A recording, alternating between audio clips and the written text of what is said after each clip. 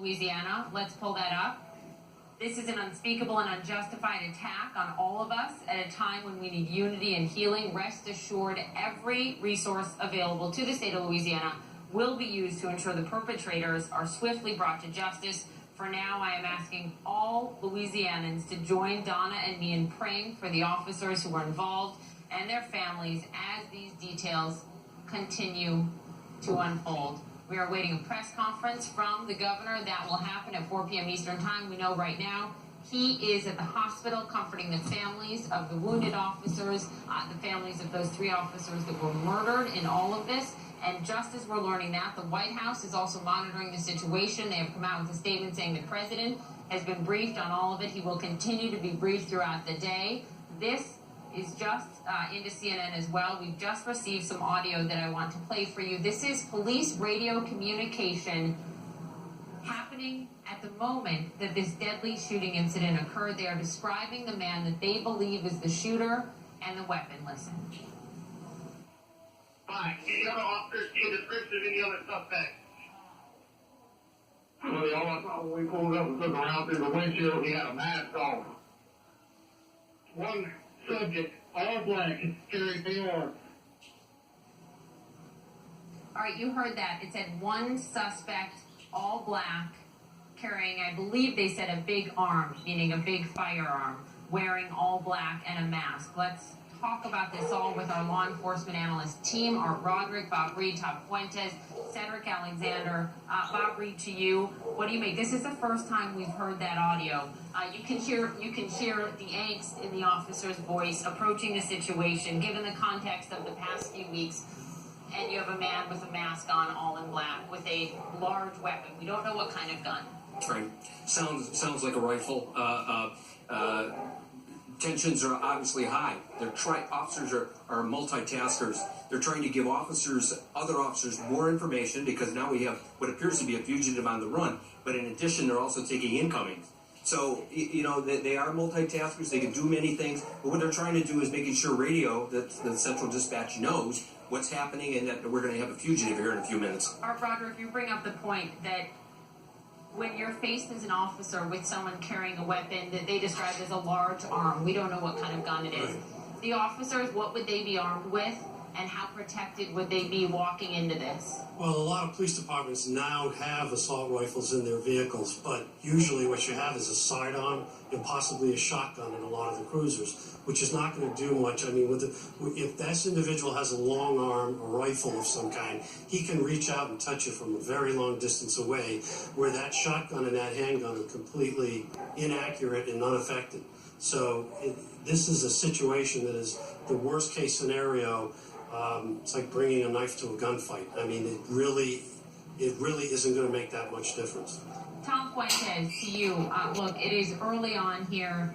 We are just getting all of the facts coming into us, and I just want to alert our viewers that we are bringing you what we are learning from law enforcement, but as is the case in situations like this, sometimes the facts that we hear at the beginning are just initial reports. So, Tom Fuentes, early reports that officers believe that there are potentially 2 other individuals involved that are on the run. How would they get there? If the shooter is dead, what would lead them to believe that, Tom? Well, whatever came up from the officer that was making that first broadcast about taking a bullet through the windshield may have put out more information about other individuals, or when the officers arrived, people maybe working in those nearby businesses said we saw 2 other people similarly dressed running away from the scene. So there could be a number of ways they get that information to try to put out that broadcast. I think at this point, 4.5 hours into this, and the main shooter is dead, that unless it's too gruesome, the police should, if they don't have his identity, they should take a photograph of him and put it out to the public. Anybody know this person? If they do have his identity, they might withhold that, giving them time to conduct search warrants at his residence or other places in the meantime before the media arrives. But if they haven't identified him yet, they need to get that out and get public help.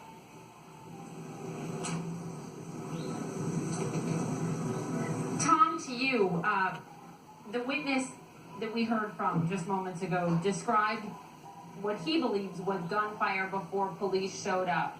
You're wary of some early witness accounts. Why?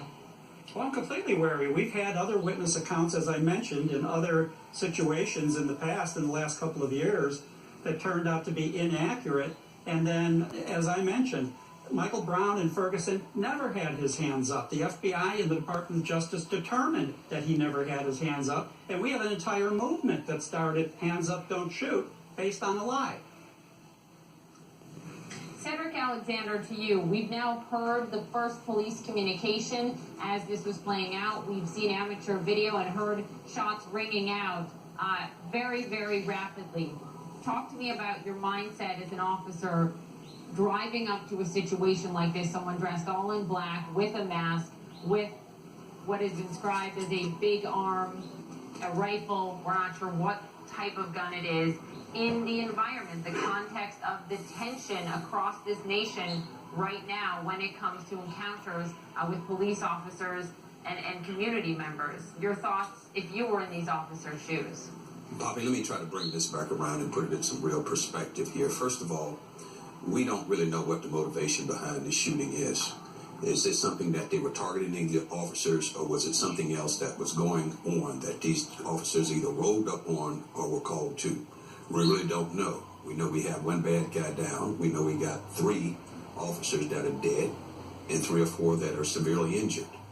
And I think it's important at this early stage of the investigation to really try to keep this in much perspective as we can for the American people. Because here's the piece. I'm not going to compare this shooting to any other shooting, and certainly not the Michael Brown shooting, because what we have here, we don't know yet.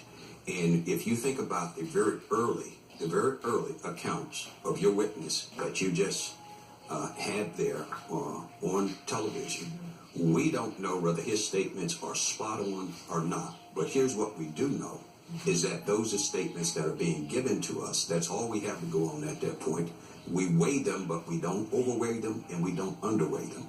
This is an emerging investigation.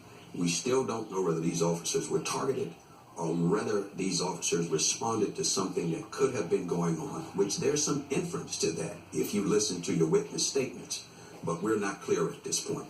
But I think as the day continues to move on, we'll be able to determine this shooting, which we cannot compare to other shootings other than the fact we got officers that are dead, and that certainly upsets and angers all of us.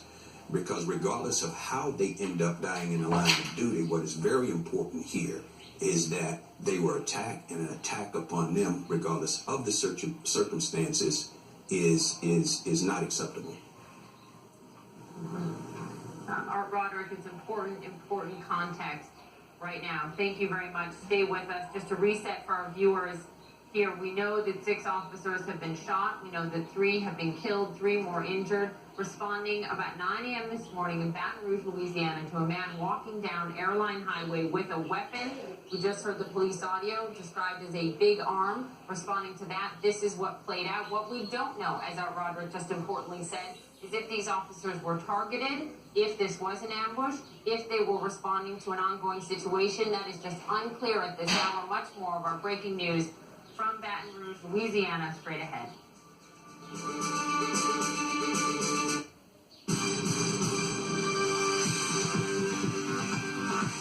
Hello, I'm Mindy Kincaid. We'll have more on the shooting attack on police officers in Baton Rouge, Louisiana in just a moment.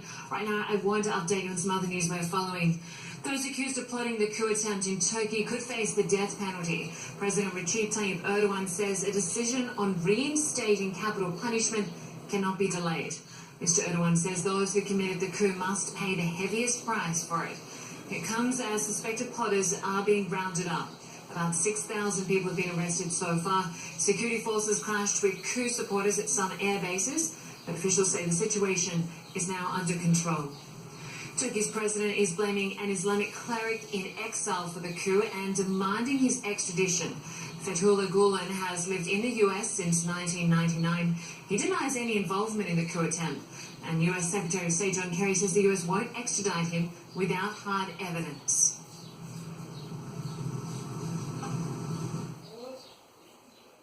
I made it very, very clear to the foreign minister of Turkey yesterday The United States is not harboring anybody. We're not preventing anything from happening. We've never had a formal request for extradition.